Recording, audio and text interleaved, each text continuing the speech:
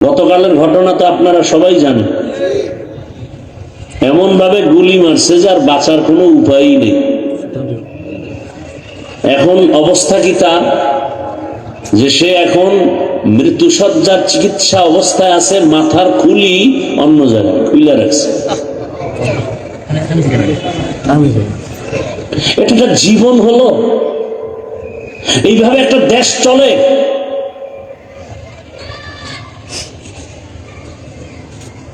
এই পরিমাণ জুলুম, বলার মানুষ নাই, শোনার মানুষ নাই, বিরোধিতা করার মানুষের অভাব নাই।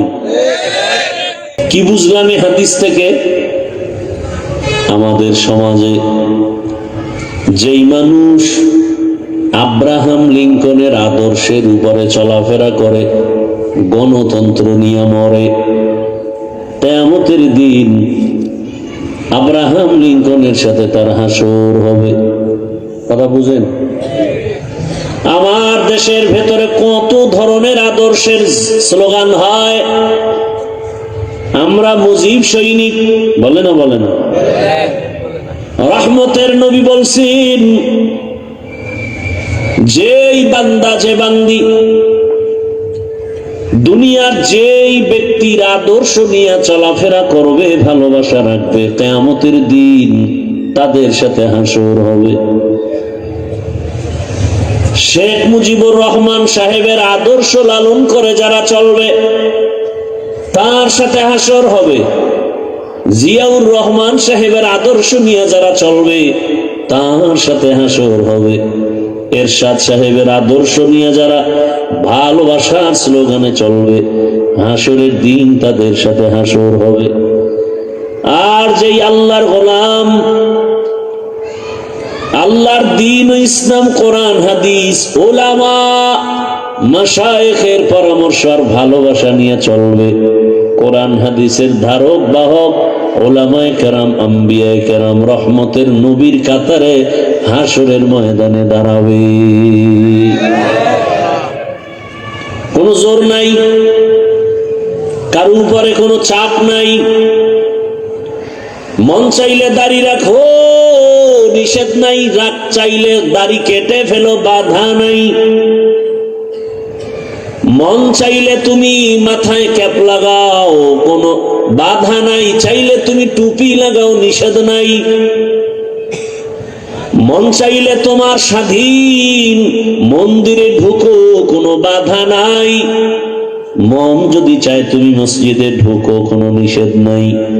কারণ এ দুনিয়া পরীক্ষার হল, পরীক্ষার হলের মধ্যে বাধা দেওয়ার কোনো নিয়ম নাই।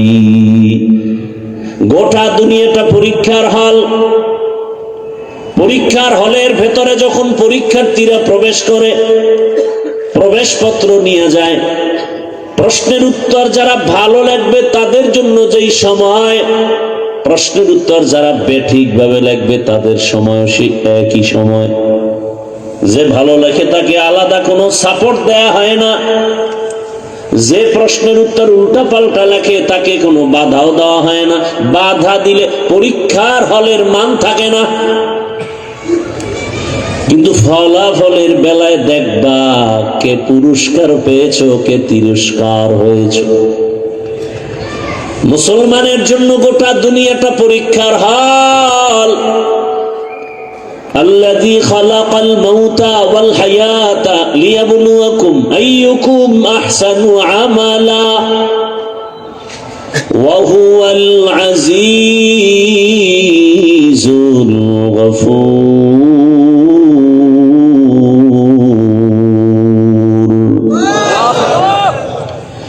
আল্লাহ পরীক্ষা করে দেখবেন কারা উত্তম আমল করে, ভালো আমল করে। আমলের পরীক্ষা। তুমি খারাপ আমল করো, বাধা দেওয়া হবে না। ভালো করো, নিষেধ করা হবে না। তবে দুনিয়ার আখিরাত একটু ব্যবধান। আমার রব যেহেতু বড় আদর করে মানুষ বানাইছেন, মায়াও বেশি করেন। আমার রবের কাছে মানুষ ছাড়া দামি আর মায়ার কোনো প্রাণী নাই। এ কারণে আল্লাহ দয়া করে মানুষের পেছনে আবার গাইড দিয়ে দিলেন, প্রাইভেট মাস্টার, কোচিং মাস্টার দিয়া দিলেন। আম্বিয়ায়ে কেরাম, সাহাবায়ে কেরাম সর্বশেষ এখন যারা আছে এরা হলেন উলামায়ে কেরাম। ইন্নাল উলামা ওয়ারাসাতুল আম্বিয়া ওয়া ইন্নাল আম্বিয়া লাম ইউওয়ারিসু দিনারা ওয়ালা দিরহামা। উলামায়ে কেরাম নবীদের ওয়ারিস, সমস্ত উলামায়ে কেরাম আম্বিয়ায়ে কেরামদের ওয়ারিস। এই কথা বললেই তো হয়ে যায়, কিন্তু আবার কয় টাকা পয়সার ওয়ারিস না। কিসের ওয়ারিস না? এই কথা বলার দরকার কি? প্রয়োজন তো ছিল না, এটা না বললেও হতো। সব উলামায়ে কেরাম আম্বিয়ায়ে কেরামদের ওয়ারিস, এতটুকু বললেই তো যথেষ্ট। কিন্তু আবার কেন বললেন লাম ইউওয়ারিসু দিনারা ওয়ালা দিরহামা? টাকা পয়সার ওয়ারিস না। কারণ সুফিয়ান সাউরি রহমাতুল্লাহ আলাইহি বলেন, দুনিয়ার মানুষের রোগ হলো, রোগের নাম মালের ভালোবাসা, মালের মোহাব্বত। দুনিয়ার মানুষের রোগের নাম কি ভাই? হুব্বে মাল। কি ভাই? মালের মোহাব্বত। সেই আর ডাক্তার কারা? ডাক্তার হলো উলামায়ে কেরাম। ডাক্তার কারা? উম্মতের মধ্যে মালের আকর্ষণ, টাকা পাওয়ার লোভে ঈমান বিক্রি করে দেয়, ইজ্জত বিক্রি করে দেয়। এই রোগের চিকিৎসক একমাত্র আলেম। সুফিয়ান সাউরি রহমাতুল্লাহ আলাইহি বলেন, উম্মতের রোগ হলো মাল, চিকিৎসা করবে আলেম। কিন্তু যদি সেই আলেমের মালে ধরে ফেলে তখন উপায় কি? সেই আলেমকে যদি মালে ধরে ফেলে, আলেম যদি সেই মালের মোহাব্বতে পাগল পারা হয়ে যায়, তখন রুগীদের কি হালাত? हकीकत से तो दुनिया बेखबर है, दुनिया की नुमाइश पर नजर है। नमी गुयम के अज दुनिया जुदा बाश, बहर कारे के बाशी बा खुदाबाश। जिसते दुनिया अज खुदा गाफिल बुदन में कमाशो नकराहो फर जिंदोजान। भाईरा আমার,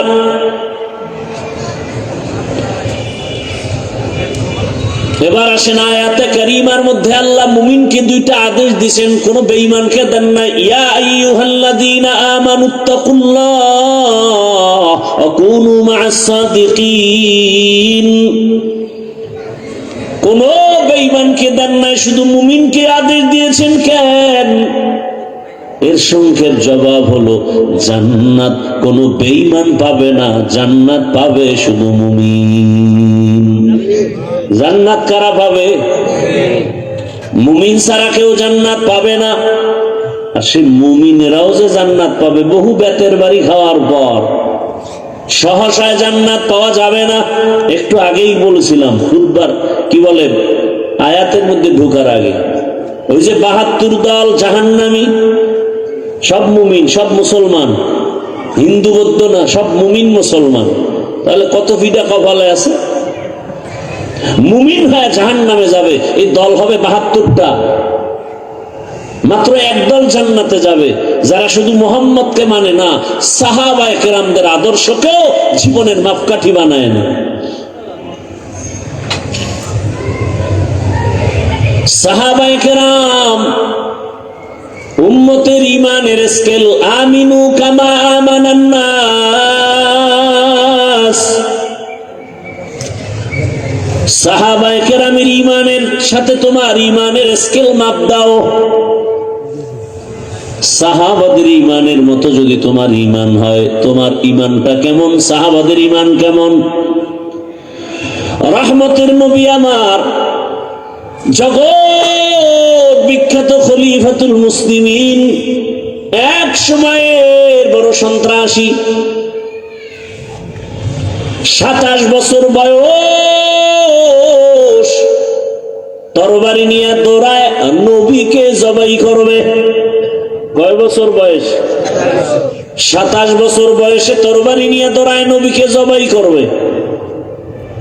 রহমতের নবীর সামনে গিয়ে তরবারি ফেলে বলেন, ইয়া রাসূলুল্লাহ, দয়া করে আমাকে মাফ করে দেন, কালেমার রশি আমার গলায় লাগায় দেন। সুবহানাল্লাহ। এর নাম কফাল। 27 বছরের যুবক হযরত ওমর রহমতের নবীর হাতের সাথে হাত লাগাইয়া এমন ইমানের পাওয়ার পেয়েছেন, এখন ওমর যেই পথে হাঁটে শয়তানও পথে হাঁটে না ভয়। যুবক মদের বোতল নিয়ে মদ পান করে আর মাতলামি করে আর রাস্তায় হাঁটে, হঠাৎ তাকায় দেখে ওমর অপর পার্শ্ব থেকে আসতে। যুবক ভূমিকম্পে আর কি কাঁপে, এমন কম্পন। জাগাত ডাক দিছে, হে মালিক তুমি আমাকে বাঁচাও। ওমরের কথার আগে তরবারি, কথা পরে আগে ভিডা। সেই ওমরের হাত থেকে তুমি বাঁচাইও, আর জীবনে মদের বোতল হাতে নিব না। হযরত ওমর সামনে আসছেন, যুবকের কয় বোতলটা আমার হাতে দাও। যুবক কাঁপতেছে, কয় কাঁপিস না, বোতল আমার হাতে দাও। যেই বোতলে মদ, ওমর ওই বোতল হাতের মধ্যে নিয়ে দেখে এক ফোঁটা মদ নাই, পুরা বোতলটাই সাদা দুধে ভরা। हर के दारत खौफे हकदार दिल मदाम जन्नतुल मअवा देहद ओ राम काम जुज़बा हक़ची ज़े मखाज इंसुजा फज़ले उआ मस्त दरजुम ला जहा। এই তোমরা উঠো কেন? হেদায়েত পাইয়ে লাইছো? হ্যাঁ না কপাল পড়ছে? না কপাল পড়ছে? কারো জ্যৈষ্ঠ মাস, কারো সর্বনাশ। মরাটারে মারো কেন, কয় লড়ে কেন? কয় ভাই আপনার দাওয়াত, বলে আলহামদুলিল্লাহ। বলে আপনার বাড়ি, বলে নাউজুবিল্লাহ। জিন্দেগি মে বন্দেগি তু করনা হে, जिंदगी में बंदगी तू करना है, जिंदगी बे बंदगी शर्मिंदा है, जिंदगी बे बंदगी शर्मिंदा है। यहाँ हम सब मुसाफिर दिल ना लगा, अहले दिल की नजर से रूह करता जा। यहाँ हम सब मुसाफिर दिल ना लगा, अहले दिल की नजर से रूह करता जा। शाह दौलत सब फकीर घर नेक नहीं, शाह दौलत सब फकीर घर नेक नहीं, जिंदगी में बंदगी तू करना है, जिंदगी में बंदगी तू करना है,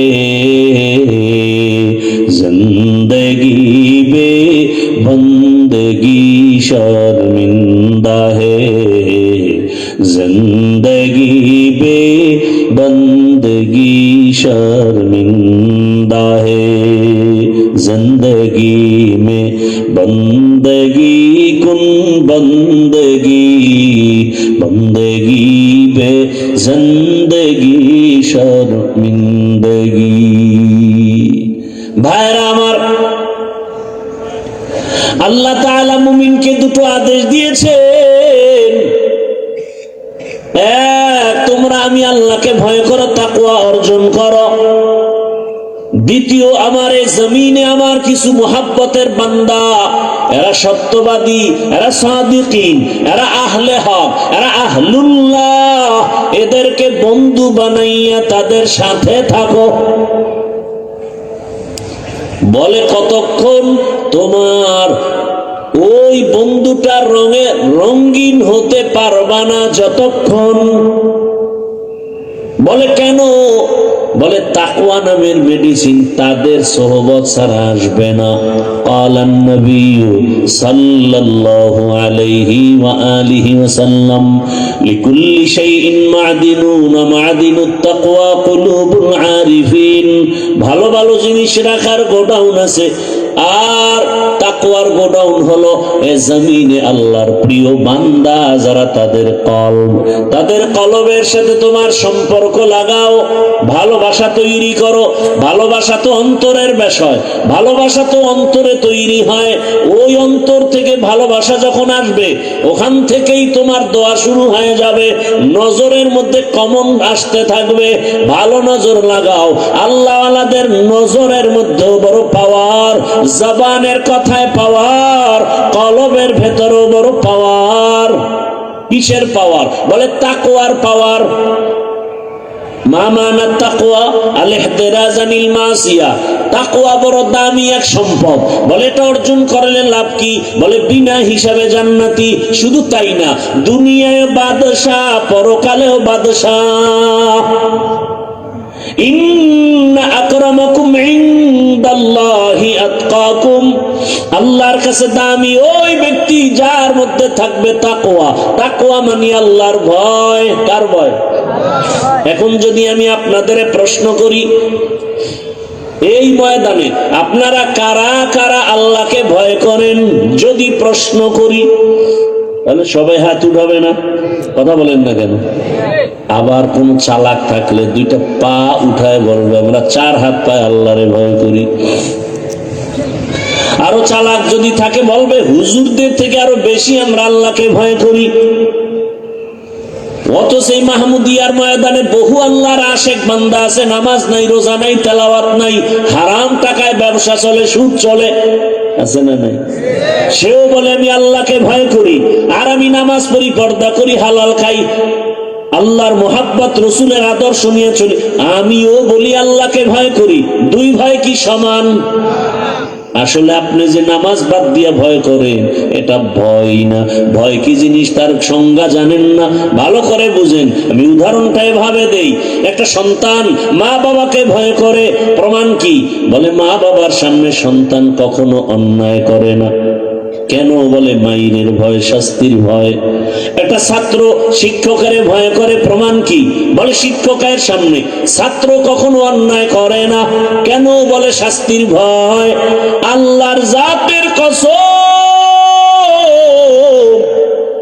এই জমিনে কোন আল্লাহর আশেক বান্দা আসলেই যদি আমার আল্লাহর শাস্তিকে ভয় করত, গলায় চুরি লাগাইতো, দাড়ির মধ্যে অস্ত্র লাগাতো না।